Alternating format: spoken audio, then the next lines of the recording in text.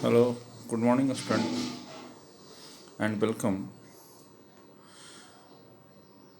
Today I am going to continue the first chapter, chemical reaction and equation.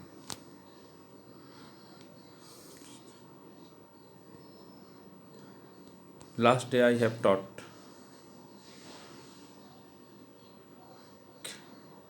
what is chemical reactions, what is chemical equation. Today I am going to teach balancing of chemical equation.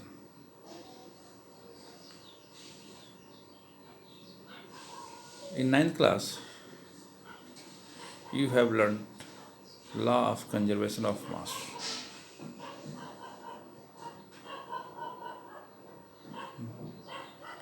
This law tells us that mass can neither be created nor be destroyed in a chemical reaction. That is, total mass of element present in product of the chemical reaction has to be equal to total mass of element present in the reaction. यानी कि किसी भी chemical reaction में reaction होने से पहले element का total mass और रिएक्शन होने के बाद प्रोडक्ट में एलिमेंट का टोटल मास हमेशा सेम होता है। यानी कि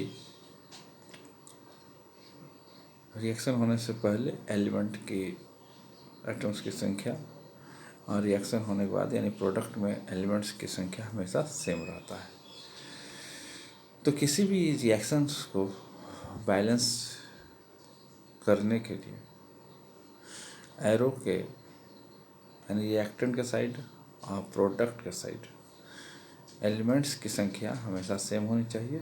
साथ में दोनों तरफ चार्ज बराबर होना चाहिए। अगर एलिमेंट्स के एटम की संख्या और चार्ज दोनों तरफ बराबर है तो वो रिएक्शन केमिकल रिएक्शन जो है वो बैलेंस माना जाता है। जैसे यहाँ पर एक एग्जांपल दिया हुआ है, एक ट्रायंगुलर वेज है जिसके ऊपर एक लैडर है। फर्स्ट फिगर में लेफ्ट साइड 2 हाइड्रोजन है और 2 क्लोरीन है, जबकि राइट साइड में 1 हाइड्रोजन है 1 क्लोरीन है। तो यहाँ पर 2 हाइड्रोजन है 2 क्लोरीन है, लेकिन वहाँ 1 हाइड्रोजन है क्लोरीन, तो ये अनबैलेंस है, इक्वल नहीं है। लेकिन सेकेंड इक्वेशन में ट्रायंगुलर वेज के ऊपर लैडर के दोनों तरफ जो है 2 हाइड्रोजन 2 क्लोरीन है, इधर भी 2 हाइड्रोजन और 2 क्लोरीन है। इस तरह से क्या हुआ, ये जो केमिकल इक्वेशन जो दाएं तरफ वाला जो फिगर है वो बैलेंस्ड है, यानी दोनों तरफ बराबर है। तो ये बैलेंस है। अब बात आती है कि भाई किसी भी केमिकल रिएक्शंस को हम बैलेंस कैसे करेंगे। तो let us try to balance the following chemical equation. अब एक केमिकल इक्वेशन दिया हुआ है जिसमें Fe + H2O arrow Fe3O4 + H2। अब इसमें सबसे पहला चीज़ है बैलेंस करने के लिए जो मेथड यूज करते हैं वो हीट एंड ट्रायल मेथड है। इसमें सबसे पहले ये देखते हैं कि मान ली दोनों तरफ से यानी रिएक्टेंट और प्रोडक्ट के साइड में किस कंपाउंड का या एलिमेंट में एलिमेंट्स एटम की संख्या ज़्यादा है। सबसे पहले हम उसे लेते हैं, यानी सबसे पहले ये करेंगे और इसमें हर एलिमेंट और कंपाउंड को वो एक बॉक्स से घेर देते हैं, उसे चारों तरफ बॉक्स ड्रॉ कर देते हैं। अब ये बॉक्स ड्रॉ हो गया तो सबसे list the number of atoms in different element present in the unbalance equation. अब अनबैलेंस इक्वेशन है उसमें एटम प्रत्येक एलिमेंट्स की संख्या बताना है, दोनों तो लिस्ट करना है। जैसे आयरन हाइड्रोजन और ऑक्सीजन है तो reactant side left hand side iron 1 2 hydrogen 1 oxygen है, फिर राइट हैंड साइड 3 आयरन है 2 हाइड्रोजन और 4 ऑक्सीजन है। तो ये अनबैलेंस केमिकल इक्वेशन है। इसके बाद आता है ये, अब it is so convenient to the start a balancing with the compound that contains the maximum number of atoms। यानी कि अगर हम उस कंपाउंड से स्टार्ट करते हैं बैलेंसिंग, जिसमें एटम की संख्या ज़्यादा है, तो ये हमारे लिए आसान हो जाएगा। इट में भी रिएक्टेंट और प्रोडक्ट हो, ये दोनों तरफ से कोई भी हो सकता है, रिएक्टेंट या प्रोडक्ट कहीं से भी हो सकता है।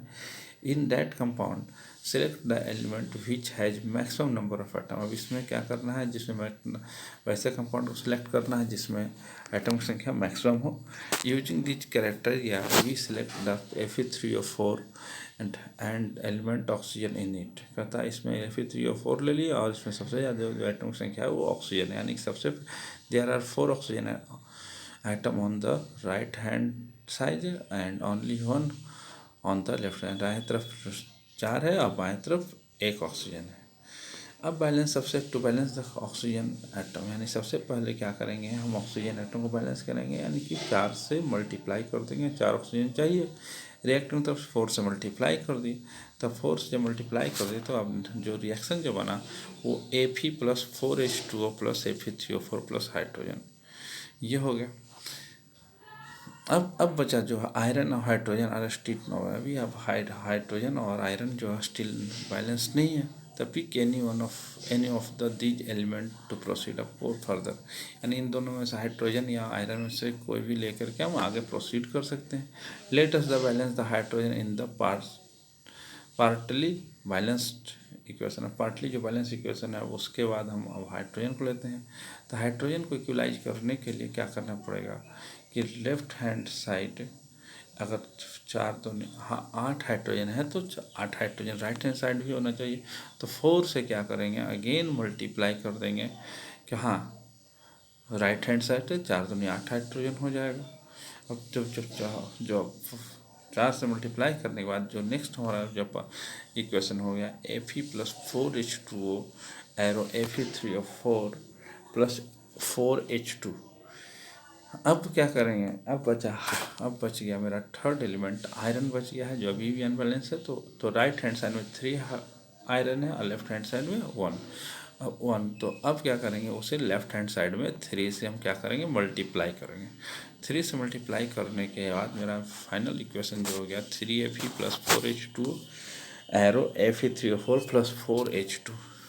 ठीक है। Finally to check the correction, अब फाइनली चेक करते हैं कि दोनों तरफ एटम की संख्या बराबर हुआ नहीं। तो देख रहे हैं लेफ्ट हैंड साइड में 3 आयरन है, राइट में भी Fe3O4 में 3 आयरन है।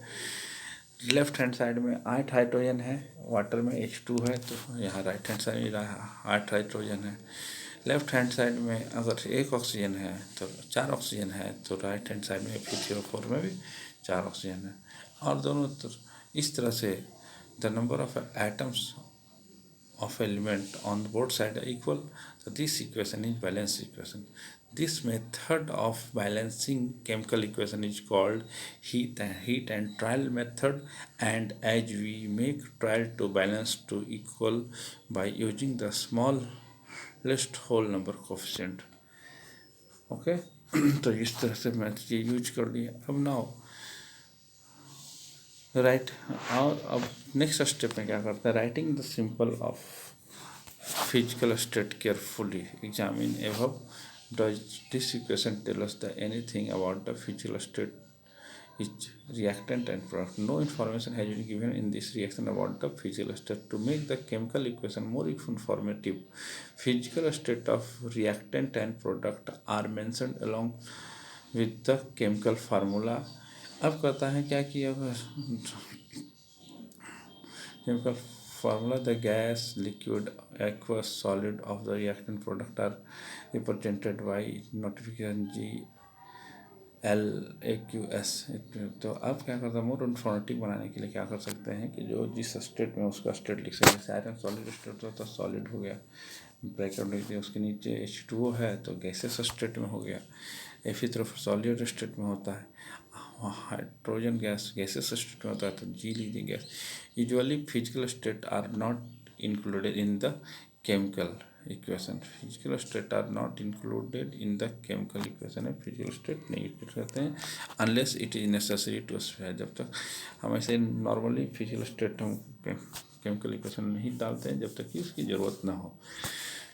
Sometimes the reaction condition such as temperature, pressure, catalyst etc. for the reaction are indicated above and below the arrow in the equation. अब कभी कभी क्या होता है, टेम्परेचर, प्रेशर, कैटलिस्ट आदि को भी इंडिकेट करना पड़ता है ऊपर, एरो के ऊपर या नीचे। जैसे आज फॉर एग्जांपल जैसे कार्बन मोनोऑक्साइड गैसेस सिस्टम में, water, hydrogen H2 gases system. अब इसके ऊपर 340